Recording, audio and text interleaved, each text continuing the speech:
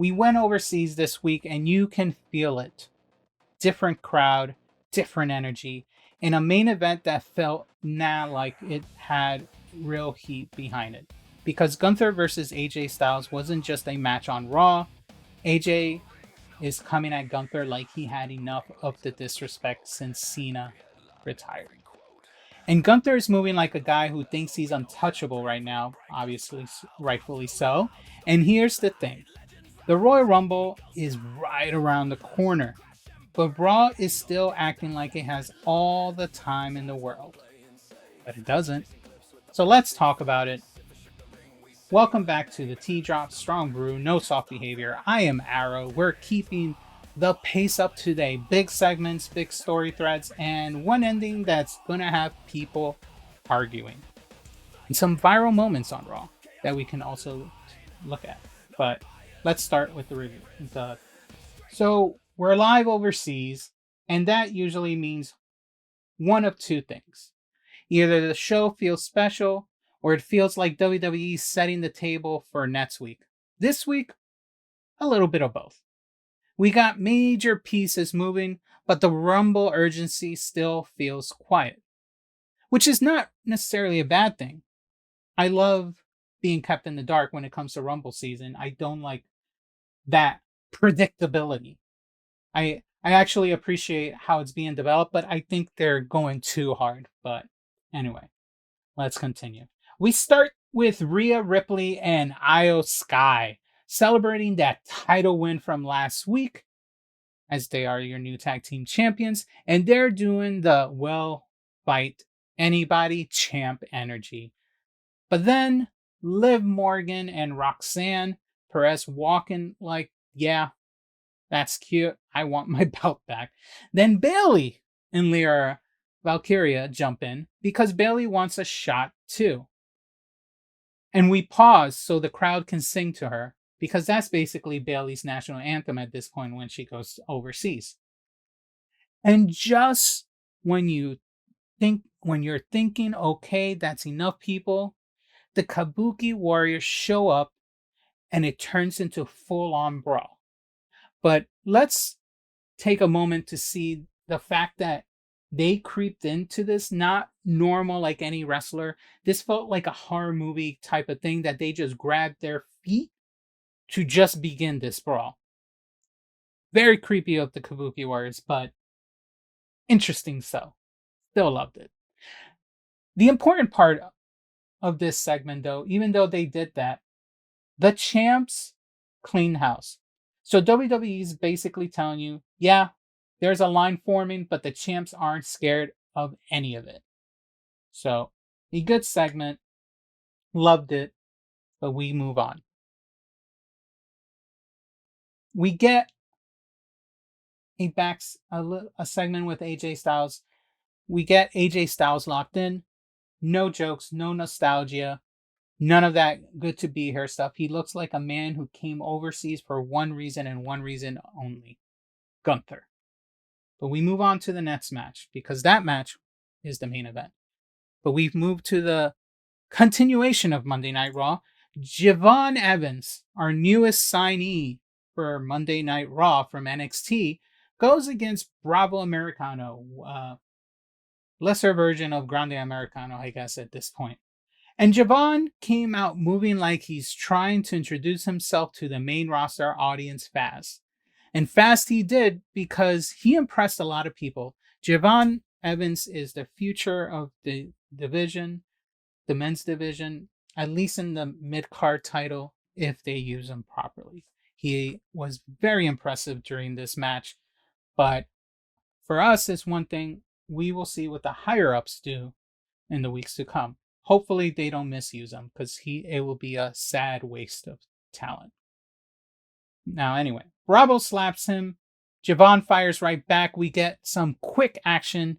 And then Javon Evans hits that super Spanish fly into the OG cutter for the pin. A magnificent move by Javon Evans. And it did exactly what it needed to do. Javon looked like an athlete worth keeping an eye on.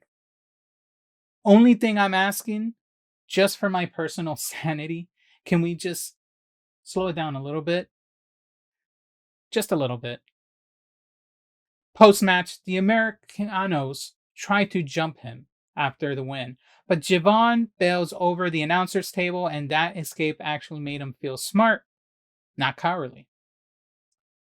We get some backstage segments. It's not as bad as TNA's amount of backstage segments, but we'll talk about that later.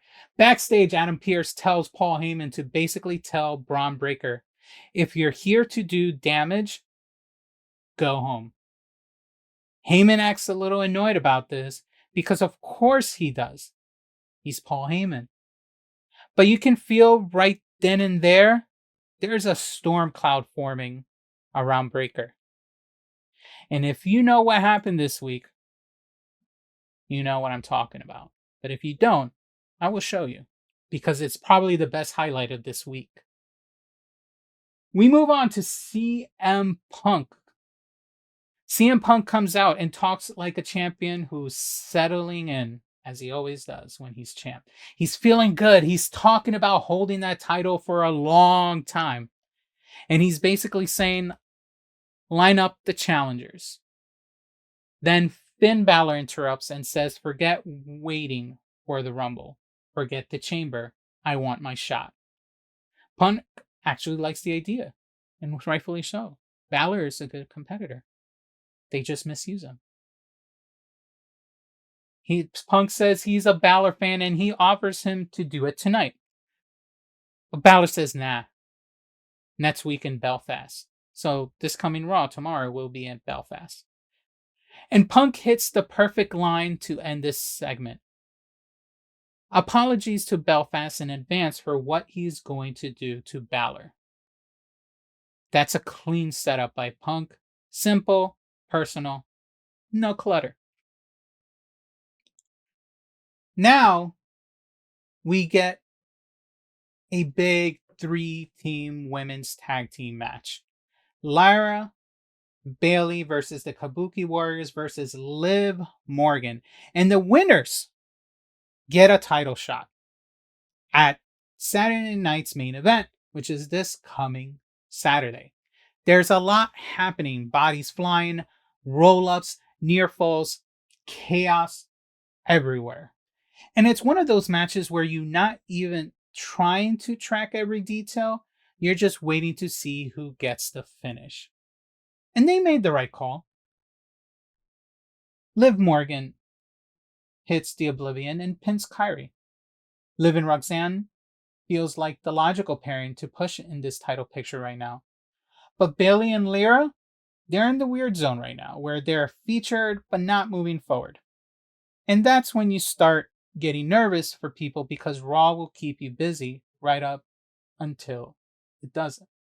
So it's good for Liv and Roxanne getting the motion going up. They're probably going to try to get the tag team titles, while Raquel Rodriguez goes for the bigger title, which I'm loving right now. I'm loving the Raquel energy right now, but we'll get to her soon.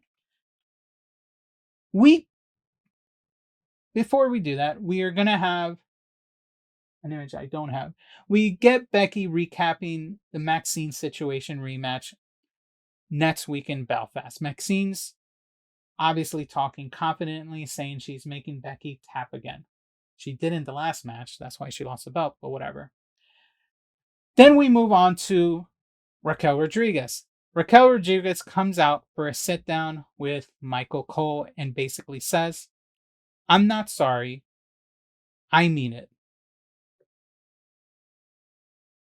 Very straightforward. She says, I'm sorry. I'm not sorry. I meant it. That's what I meant to say. Sorry about that. I'm not sorry. I meant it about attacking Stephanie Vaquer. Vaquer eventually, after hearing that, runs her off. She comes outside into the arena, runs her off, at least we think. And then Raquel pops back up and attacks the ankle again.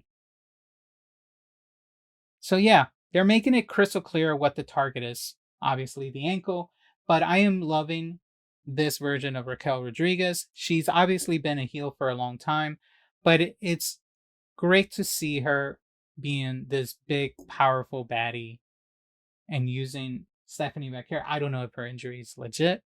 We don't know. But maybe she will challenge her, or maybe eventually Stephanie Becker needs to drop that belt and Raquel will try to get it in another way. But I hope they put the belt on Raquel and we get another, because we have no reason why not to give it to her. She's doing what I believe is her best work as a heel right now. What happens after she gets the belt, though, is another question, but that's up to creative to decide what to do.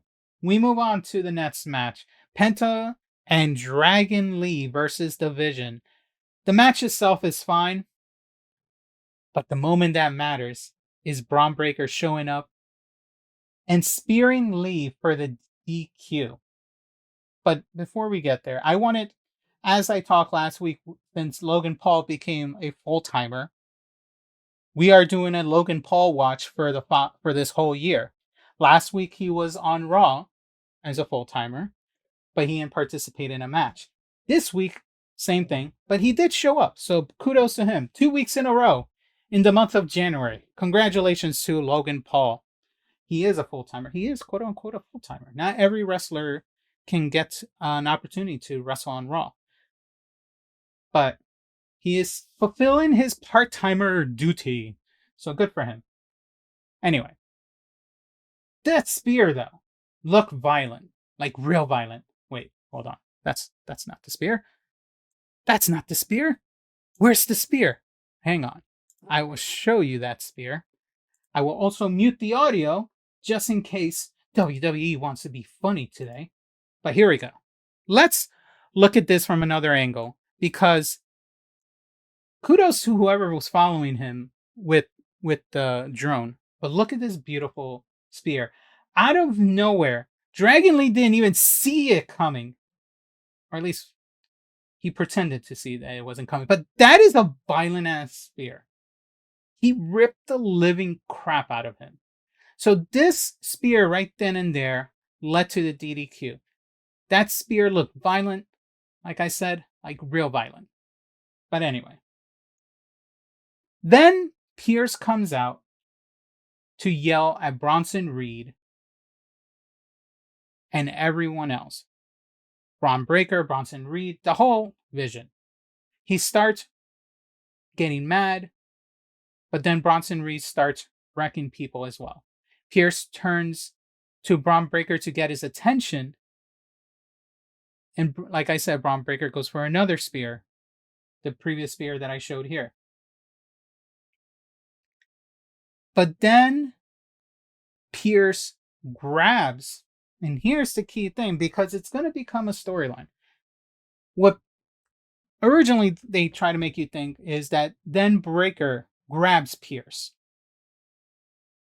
And that's the moment where everyone's like, oh, okay, yeah, that's too far because you touch an authoritative figure. Even Heyman looks like he realized his guy's about to get himself buried by management. But that didn't happen. And I'm going to tell you why. Eventually, after this match, and after commercial, if I recall, I don't honestly remember. This has been a long week. We get to the backstage, and Pierce basically goes up to Breaker's face and suspends him. So Pierce suspends Breaker indefinitely. We don't know for how long or when he's coming back. Maybe he'll be back by the Rumble. We will see and find out. Heyman immediately pops up to him and like, that's a mistake. And Pierce thought he was acknowledging that Paul Heyman was acknowledging his decision was the right call. But then he tries to flip it like it was Pierce who puts his hand on Braun first. So now we get the classic setup, Authority versus Heyman's monster, and the monster doesn't listen to anybody. A good and always classic angle from Paul Heyman. And if you go back to the video, or at least that segment when Braun Breaker spearing everyone and creating chaos in the ring, you will see, even though it wasn't meant to be aggressive, Pierce does grab Braun Breaker first. He takes his shoulder and tries to like get his attention, like making him turn around. Like say, hey, turn around. And obviously, Braun Breaker saw that as a threat for some reason. And that's when Braun Breaker gets his hands on Pierce like he was almost ready to, you know, strangle him. So we're going to see what the story leads to that. Maybe it leads to something that, yeah, he's suspended, but you will get it reversed. And maybe Heyman is going to do something for Braun Breaker, which is probably get him in the Royal Rumble match. If he's not going to be able to get him a championship match, it'll be a Royal Rumble match. And it probably because of the incident, he will get him to get the beautiful number 30 spot at the men's Rumble match. He will destroy everyone and he probably will win the Royal Rumble to move on to WrestleMania as part of one of the main events of that night. So we will have to wait and see. Probably more story will develop on the next Monday Night Raw. But for now, we move on to the main event between AJ Styles and Gunther. This match was good. AJ did the smart thing and he went after the leg of Gunther. He hit the dragon screw. He locked in the calf crusher. Gunther did what he does best, which was to chop him down. He slowed him down a bit. He made it nasty. AJ even hit the springboard, flipping leg drop onto the leg, which to me that was slick. The tension rise throughout the match. The calf crusher goes on again on Gunther. Gunther is struggling, and there's this moment where it looks like Gunther might be tapping on AJ's leg. Because AJ probably felt that, AJ lets go because he thinks it's over. But the ref didn't see it, and he told that to AJ, and he says the match continues. It goes to the point that even the announcer didn't know what was going on, and the ref had to reinstate the fact that the match is continuing. He didn't see a tap out. And while that was happening, obviously Gunther took advantage. Gunther goes for the low blow. He hits the powerbomb and wins. He wins the match. Now listen, I don't love that finish, but it's obviously what you expect from a heel like Gunther. But it's getting to the point that Gunther used to be a heel, that he is powerful and he wins through his moveset and power and his ring general presence, shall we call it. But at the end of the day, he's doing little by little more, I guess we'll call chicken crap heel stuff. But hey, it's part of the game of being a heel. But I get the purpose. It protects AJ, keeps the story alive, and it gives AJ a real reason to be furious going forward. Not just the loss, but the fact that he got robbed. And obviously that's going to scream rematch. Possibly Royal Rumble. And honestly, for AJ at this stage, this is exactly the kind of story you want. Meaningful, heated, and based on respect and ego. My only critique on that Raw this week is that the Rumble still feels like it's sitting in the background. No mention of anything Rumble like. No, I'm going to be in the Royal Rumble. I'm going to be an entrant or so on and so forth. We're getting close enough now where the show should feel like it's looming over everything on Raw. But it's not. And Raw is still spending a lot of energy setting up for next week, which looks like it's not going to be a bad show. We got a championship match between CM Punk and Finn Balor. We're probably going to get a few more good matches. Belfast is the next location, or yeah, it's Belfast. And they're gonna have a lively crowd again. I mean, that's the beauty about the Euro trips for the WWE. They're gonna get a crowd that is louder than anything they're gonna get in the US right now. Sad, but true. Overall, because of the audience, they make this feel like not a bad show. But the urgency, that needs to hit soon. It really does. Otherwise, I don't know what's going to happen at the Royal Rumble. It's going to look like a downer, and it shouldn't be. I get when we have Crown Jewel whatever other Saudi Arabia show they have, they barely build it up. It's been proven throughout the years. Every time they have a Saudi show, they do little to no prepping for that show. No story build up, no anything. Everything feels rushed when it comes to those events. But because they're doing the Royal Rumble, it shouldn't feel that way. Royal Rumble is one of the big 5 shows of the WWE. It is a staple to set up WrestleMania. And the fact that they haven't built up the show with any lack of urgency, no story driven, they're going to use the last 2 weeks. Maybe this coming week they'll start setting up, but it's 2 weeks of rush. Why? Why couldn't we start on January 5th? But it is what it is. We will see what Raw does. We got to trust the process, right? Because apparently they know what they're doing. And we just going to have to wait and see. But anyway, that's the tea drop. Strong brew. No soft behavior. Drop your take. Did Gunther outsmart AJ? Or did he steal that one? Are you buying Breaker as the next big problem on Raw? Like, sub, and I'll catch you on the next one.